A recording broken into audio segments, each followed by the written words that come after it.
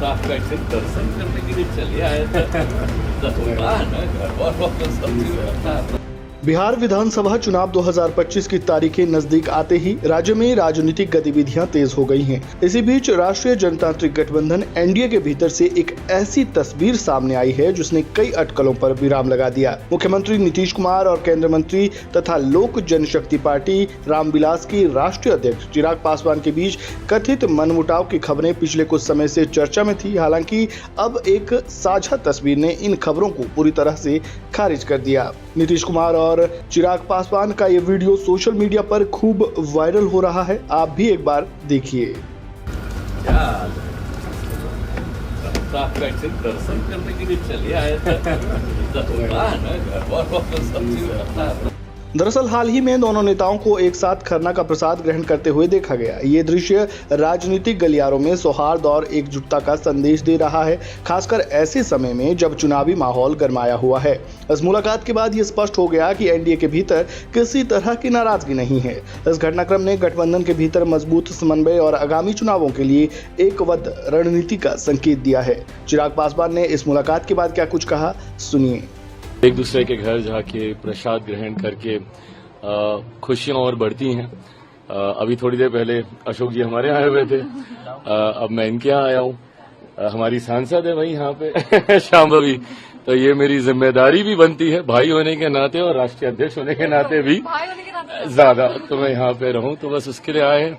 आज अच्छा लगा, मुख्यमंत्री जी भी आए आज जिस तरीके से, और खास तौर पे जहां एक तरफ छठ का महापर्व है तो दूसरी तरफ लोकतंत्र का भी महापर्व चल रहा है। तो ऐसे में कई बार कुछ फॉल्स नैरेटिव चुनाव के दौरान सेट करने का प्रयास विपक्ष के द्वारा होता है। मुख्यमंत्री नाराज, जदयू लोजपा के बीच दरार, दुनिया भर के नैरेटिव्स।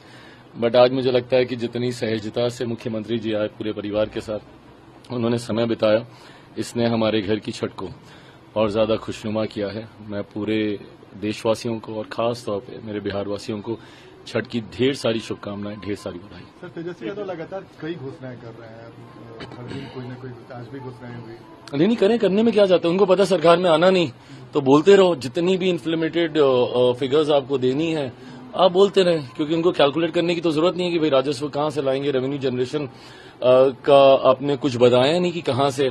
भाई हर एक परिवार को सरकारी नौकरी देने की ये बात कर रहे हैं। 3-3.25 लाख करोड़ का आपका बजट है।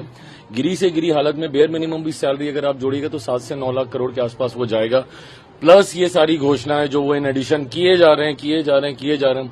पर वही बात है, करने में तो कोई दिक्कत है नहीं ना, क्योंकि कल को आके इनको जिम्मेदारी तो मिलेगी नहीं। तो ऐसा तो है नहीं कि इनको संभाल के फिर बाद में अपना वादा पूरा करना है।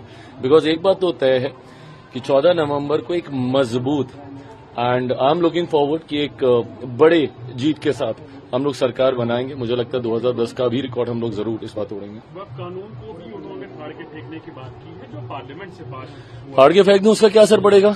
बताइए, नेता प्रतिपक्ष हैं आप, कम से कम इतनी जानकारी तो आपको होनी चाहिए कि भैया वो लोकसभा राज्यसभा से पारित किया गया कानून है, और भारत का जो संघीय ढांचा है, फेडरल स्ट्रक्चर, आपको कतई अधिकार नहीं देता। आप उसको फाड़ भी दीजिए। और फाड़ने की तो बिलों की बात ना करें, क्योंकि राहुल जी ने एक ऐसा ही बिल फाड़ा था जिसका सीधा असर उनके पिता के ऊपर हुआ था। तो ऐसे में ये अगर ऐसे बिल को फाड़ने की बात करते हैं, तो अब ये वही है, भ्रमित करना लोगों को, मुसलमानों के बीच में संदेश देना चाह रहे हैं कि देखिए हम आपके कितने हितैषी हैं, कितना वो है। क्या हो जाएगा भैया? आप एक बार पढ़ के तो देखिए कि संशोधन किस सोच के साथ किए गए हैं। गरीब मुसलमानों को उसमें उनका हक अधिकार दिलाने के लिए उनका समावेश करने की सोच के साथ ये संशोधन किए गए हैं। बट अगर आपको हर चीज में एक मठाधीश ही चाहिए और उनको अपना वोट बैंक बना के रखना है, तो जाहिर है कि आपको सूट नहीं करेगा। बट फाड़ने से कोई फर्क नहीं पड़ना। इस खबर में फिलहाल इतना ही। खबरों से जुड़े ताजा अपडेट के लिए बने रहें वन इंडिया हिंदी के साथ। धन्यवाद। Subscribe to One India and never miss an update. Download the One India app now.